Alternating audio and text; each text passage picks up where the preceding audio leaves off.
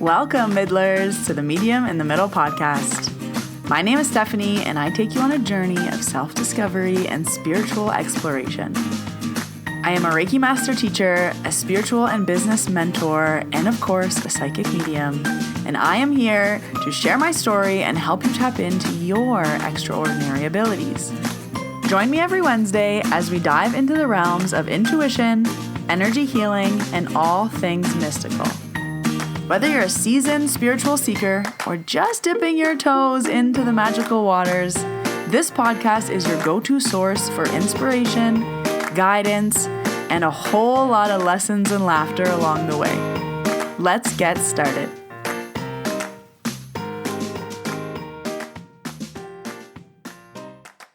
Hello, Middlers. Welcome to episode 233. My name is Stephanie, and I am the medium in the middle. And today we're talking about dating as a psychic, if the podcast name didn't give it away. The good, the juicy, the gossip we're all here for. So I actually have a lot of these stories that I wish I could share on the podcast, but I live in a very small town and people would know who I'm talking about. And also, I feel like there has to be a certain amount of time that has passed before I could tell the story on the podcast. So the story I'm telling today is actually from a few years ago, and I feel like I can finally tell this very good story. And I just used it actually as an example for a mentee about lessons. Sometimes you get to choose how you want your lessons, the hard or the easy way. So not only is this about dating, but it's also about lessons. You guys know I will find a lesson out of anything and everything to make sure I don't have to learn twice, hopefully. So I just have one announcement for you this week, and that is the Mediumship Practice Circle that's coming up next weekend, Saturday, September 21st. If you are a developing medium looking for someone to practice with, I made this for you. The biggest complaint that I hear is that I have no one to practice on. I don't know who to practice on. I don't know how to practice. This is for you. I am hosting a monthly mediumship practice circle, all levels welcome. I repeat, all levels welcome. Feel free to come in if it is your first time, your 10th time. I am hosting these circles every month, and the next one is Saturday, September 21st. I will leave the link down below to register. It's at 11 a.m. Mountain Standard Time, so sign up for that. And there's no card pull today because we're going to jump right into the goods. So I want to start off this episode with a few disclaimers. This episode has a lot of layers that we're going to go through. Number one is dating as a psychic or as an intuitive. My biggest piece of advice for intuitives, and I don't know if this is right or wrong, but it's definitely what I do, is don't waste your time. You're a psychic and an intuitive. So I famously will tell everyone, I don't go on dates. I'm psychic. I don't need to go on dates because I'm psychic. I don't need to go on a date to see if I like you, to see if we're going to vibe, no, I'm psychic. I know. I always used to say when I was on the dating apps that I don't need to go on a date with someone. I need to walk by them for 10 seconds. I just need to catch the vibe. I am an energy worker. My literal profession is an energy worker. I do not need a 2-hour date with you to figure out if you are a match for me. I need 10 seconds walking by you in a street. And because the universe delivers, I have almost always, anyone that I was like, ooh, maybe we could go on a date, I've randomly walked by them on the street and been like, nah. It's very rarely been a yeah, except for the story I'm going to tell you today. And the other thing is I don't give a lot of energy and time into first dates because I know I just need 10 seconds. So I am a queen of a 45-minute first date. I just need to catch the vibe. I could leave after 10 seconds. As another aside, I used to do this when I was interviewing. I, again, am a psychic and an intuitive. I don't need to interview you. And I would always hire the best people, and they were always amazing. And these were the 3 questions I would ask. What's your availability? When can you start? And then I'd usually ask them like another random question, like how long have you been in Banff or something. And I actually got spoken to by head office, and they were like, Steph, you need to ask more than 3 questions in interviews. And I was like, why? I'm an intuitive. I've hired all great people. Everyone has literally been amazing. And my method works. Why would I have an hour interview when I literally just need you to say a few words so I can catch your vibe? And they just laughed because they knew that I had hired all great people. So it wasn't like, hey, you're not doing a good job hiring. And I actually ended up becoming friends with someone that I hired. And she was like, that was the weirdest interview I ever went to. I thought you hated me. And then you called me the next day and offered me the job. And I was like, yeah, I just needed to catch your vibe. So just as a PSA and a reminder, if you are psychic or intuitive, remember to apply this to your whole life. Interviews. Today we're specifically talking about dating, but I don't need, 3 dates to see if I like you. I need 10 seconds. I need to literally walk by you in the street. So to appease my friends, I usually go on 1 date a year. 1 45-minute date a year so that they stop bothering me, because my friends are like, Steph, you have to go on dates. And I'm like, no, I'm psychic. No, I don't. But today's story is one for the books. Or I guess we'll say for the podcast. Okay, so for the sake of this podcast, this person's not real name is going to be Luke. And the story starts many moons ago. It was December, and my friends were on the dating apps, and I wasn't. And my friend sent me a message one day with a picture of this guy, and she was like, oh my God, this guy is so your type. Do you want me to play matchmaker? And she sent me a photo of him, and he was my type to a T, 6'4", 220 pounds, rugby player, big, tall, muscular, beautiful facial hair and teeth, dressed nicely. Like he was just like jaw on the floor. I was like, oh my God, that's my type. Yep, I have a type. My friends know my type. And she was like, do you want me to play a matchmaker? And I was like, I have nothing to lose. Sure. So she matches with this man, and she's like, hey, I think you'd be a really good fit for my friend. She starts to like try to sell him on me, and she's like, you should message her. And she gave him my number. Now, in hindsight, it was the creepiest thing ever, and he probably thought we were trying to catfish him, like who is just like, hey, you should message my friend, here's their number. He didn't know that we were normal, ish. So needless to say, I never heard from him. She was like, hey, did you ever hear from Luke? I was like, no, he probably thinks we're creepos, because she would screenshot the messages and send them to me. And it just like was like a good idea in theory, but in practice, matching with someone to try to hook them up with someone else just wasn't a good idea. And I also didn't want to give him my Instagram because I didn't want him to see that I was a medium. So she was just like, she can't give you her Instagram, but here's her phone number. So this was in December, and things were busy, and it was like a funny laugh, haha. And then, time passed. Then it was January, the first week of January. It's cold and I'm bored. So I decided to download the dating apps, because before this, I didn't have them when my friend had them. So I download the dating apps, and I'm like, okay, you know what? I'm going to try my fate with Luke. And if he's still on there, maybe we match and see what happens. So I see Luke on the dating apps, and I decide to not like him, because I was like, no, I want to see if he likes me.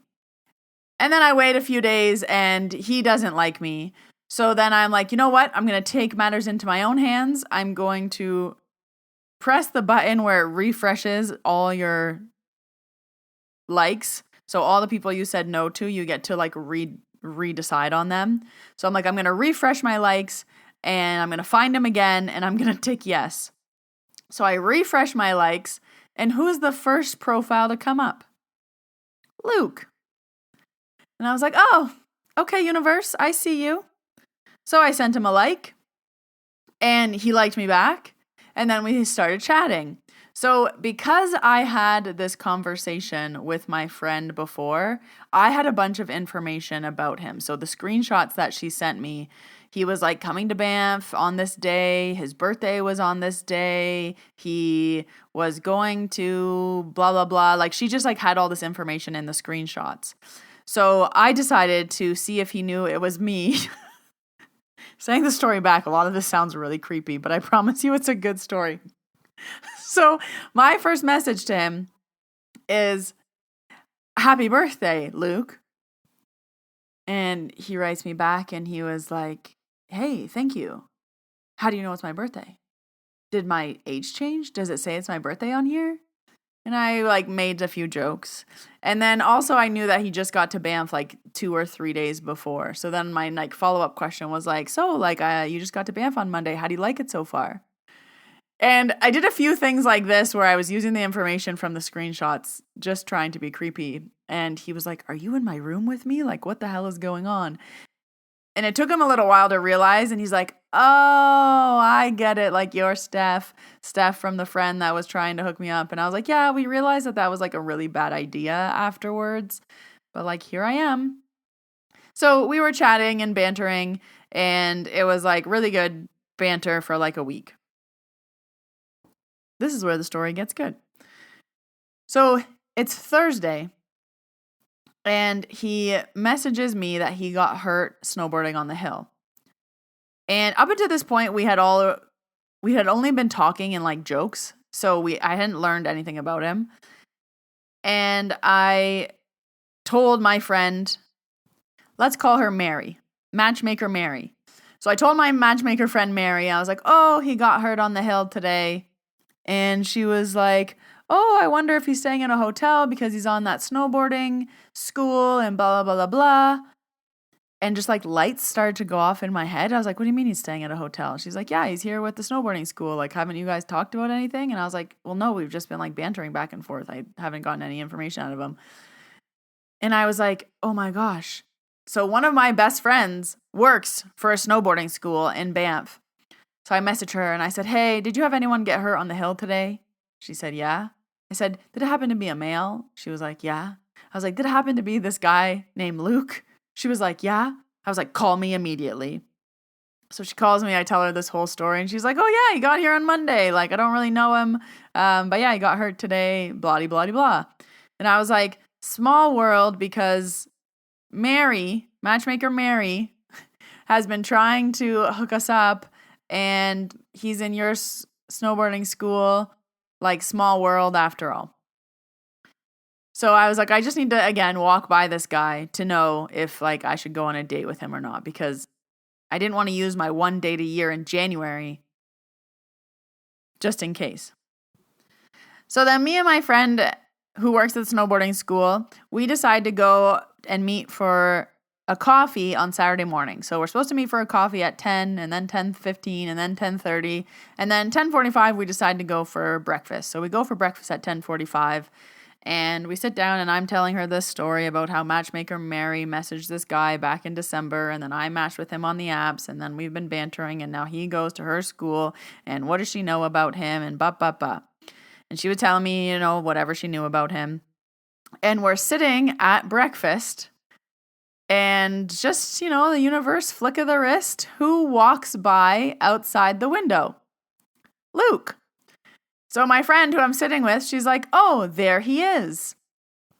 And I turn around to look at him, and I was like, no freaking way. We're sitting here at breakfast at a time we weren't supposed to be sitting here. We weren't even supposed to be at breakfast. We were going to get coffee. And then this man who I'm just talking about right now walks by. Like, okay, universe, okay. And then she's like, "Oh, there he is. Oh, he's walking in the restaurant. Oh, he sees me." So we were to the left of the door, but there was a wall in between us. So I guess they came into the restaurant to also have breakfast. Again, Banff is a small town, but it's not that small. Like, we have a lot of breakfast places. And she's sitting where, like, you would be able to see from the door. And she's talking to me. She's like, "Don't worry, he doesn't see me." Oh, he sees me. And then she waves. And then she smiles. She's like, "Oh, he's coming over here."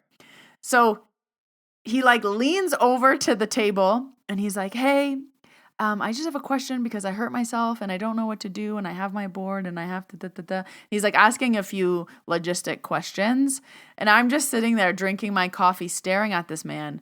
But the way that he leaned in he was like back to me. Like he was just trying to like, sneaky whisper to this girl who's clearly having food with people to not interrupt her. And then he like went away. But I swear for the entire interaction that I was asking her a few questions about like what to do, that he was hurt. Now, what does he do with his snowboard? He did not look over to me. Like I only saw the back of his head, and I was just sitting there staring at the back of his head being like, I can't believe this is happening right now.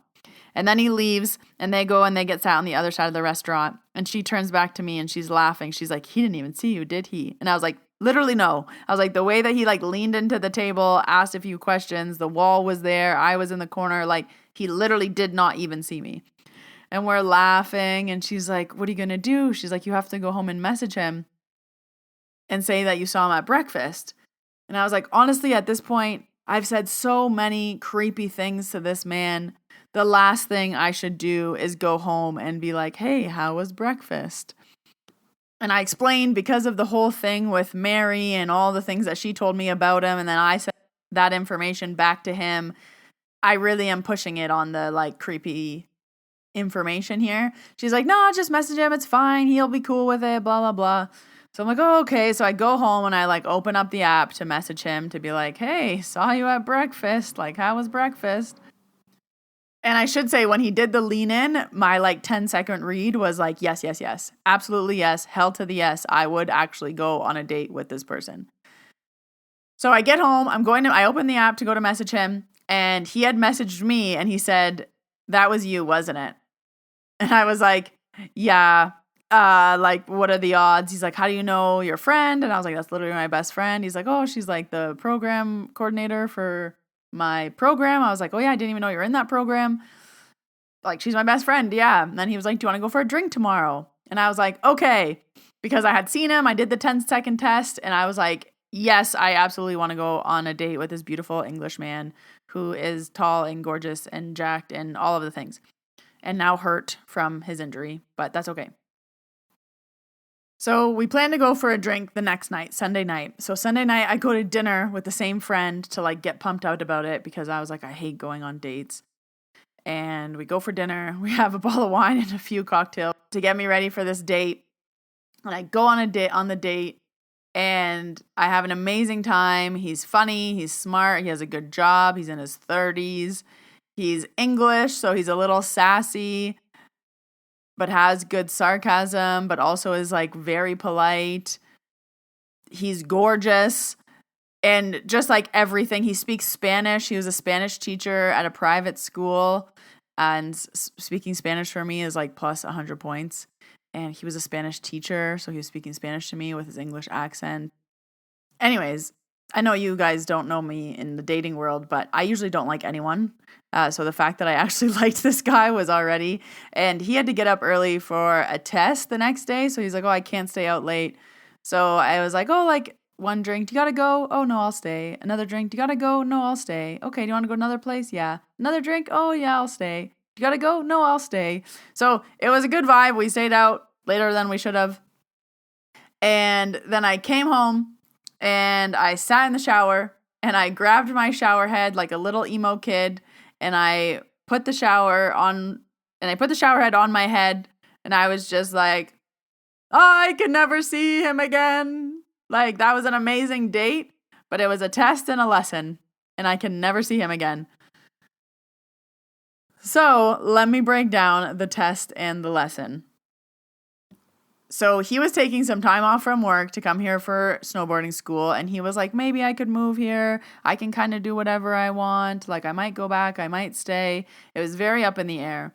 But I just knew that he would be going back. But with his age and what he did for work, he was a teacher. I was like, he can't get a visa to work here. And then even getting a job somewhere in Banff and Canmore, like we talked a lot about it. I was like, he's not going to be able to get a job here in his field. And then to not get a job in your field is hard. And finding housing in Banff is hard. I just knew he wasn't going to stay here. And I was just like, he's going back to England. I just know it. And I know that if I keep talking to him, I'm literally going to fall in love with this guy. And then he's going to leave in 3 months and break my heart. So I was like, I can never see him again because he's leaving. Again, I'm an intuitive and a psychic. I knew this. So right after the date, all my friends were like, how was the date? How was the date? I was like, amazing, amazing. I love him and I can never see him again. And they're like, what? And I told them my reasonings and they're like, no, Steph, like you don't, no, like you don't do that. He could stay. I'm like, he's not going to stay. And I'm just going to decide this now instead of 3 months from now with all the heartache. I only had one friend who was also a psychic and intuitive who was like, never talk to him again. And I was like, right?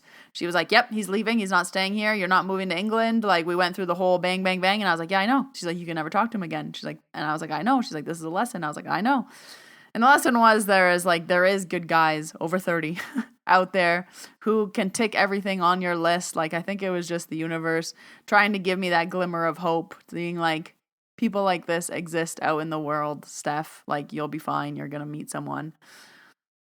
I decided that I wasn't going to pursue anything with him. So, long story short, we did stay friends and we still like hung out and everyone was like, oh, are you hanging out with Luke again? Like going on another non-date? And I was just like, yep, like he's leaving. And I just kept telling myself, he's leaving. Like he's just a friend, like pump the brakes on everything. And sure enough, his injury that he got from that snowboarding accident ended up causing complications, and the complications required him to get surgery, and he decided that it was better for him to get surgery back home instead of having to deal with insurance and everything here. So a few short months later, he was leaving back to England. And I was so grateful that I didn't fall in love with this man and have a little 2-month fling romance, because it would have been really, really, really shitty when he left. So when I was saying this story to a mentee, I said, the cool thing about being spiritual and intuitive and a psychic is that I get to choose how I want to learn my lessons. And I could have learned that lesson either way. The easy way, by going on one date and being like, ooh, let's cut this off. Or the hard way, by having a few months of fun and then at the end being like, oh yeah, you're leaving now. I always knew you were leaving. I always knew I was walking to a dead end. I always knew I would be wasting my time. But now you're going. And there's no right or wrong, like I could have chose option A or B, but I have the foresight, so I get to decide. And I was like, that is when I'm saying you makes your life easier. You're like, oh, I see what is happening here. I see what the lesson is. I see what the universe is doing. I see how this was pushed in my way, and I still understand the lesson, so I'm not falling for it. So I want to share this story on the podcast for many reasons, for the lesson, for the good story, but also for the way that Luke was pushed into my life, like so many signs from the universe, but it was still for something that wasn't going to work out. So the way my friend found him, and then I matched with him, and then I saw him walk by at the restaurant, and then he walked into the restaurant, and then he just happened to know my friend that I was sitting with, even though he had only been in Banff for 3 days. And then we saw him, and then we went out, and then just like all of the things that literally was like green flags, green light, go forth. But I knew it was a test from the universe. I knew it wasn't just being dropped in my lap for no reason. The other reason why I wanted to bring this up now is because I was actually hiking Tunnel Mountain here in Banff last week, and there was these 2 Englishmen at the top. It was a father and son, and the son was, again, just a beautiful Englishman, and he reminded me so much of Luke, and it just made me smile remembering that story from a few years ago and kind of reliving that little very brief romance. And I was like, you know what? I haven't told that story on the podcast yet. I think now is a good time. So please remember, if you're an intuitive and if you're psychic, use your knowings to your advantage. Don't let anyone tell you you need to go on dates, because honestly, you don't need to. Don't waste your time. Listen to your intuition. You know a hunch. Within 10 seconds, you know if you like someone or not. Within 10 seconds, you know if it's going to work out or not, or if you should at least give it a chance or not. And if it's a no, it's a no. So do I recommend that you take my advice and only go on 1 date a year? I mean, no. But please feel free to take any of the tips that I used here today. Go on 1 date a year, have 10 seconds first dates, only go on 45-minute dates to catch a vibe, only ask 3 questions in an interview because you know if you're going to hire the person or not. If we just all listen to our intuition all the time, do you know how much faster and easier life would be all around? Not just in dating, but in everything. The amount of people that I've talked to who are divorced that like knew they shouldn't have even married the person, and now it's 12 years later and they're getting divorced. It's just like, you could have saved 12 years. But you didn't, and that's okay. We can all choose to learn however we want to learn, but you knew. And it's always at the end, you're like, I knew. You don't have to wait till the end. So that's what I have for you this week, Midlers, a little nice love story of Luke. Until next Wednesday, when I see you in your ears, I hope you have a wonderful week. I'll leave all the links you need down below to book with me if you want to book an appointment to see me in person in Banff or virtually, and to sign up for all of the courses in the Mediumship Practice Circle. I will leave that down below as well. If you haven't already, please give the podcast a rating and a review. I really appreciate it.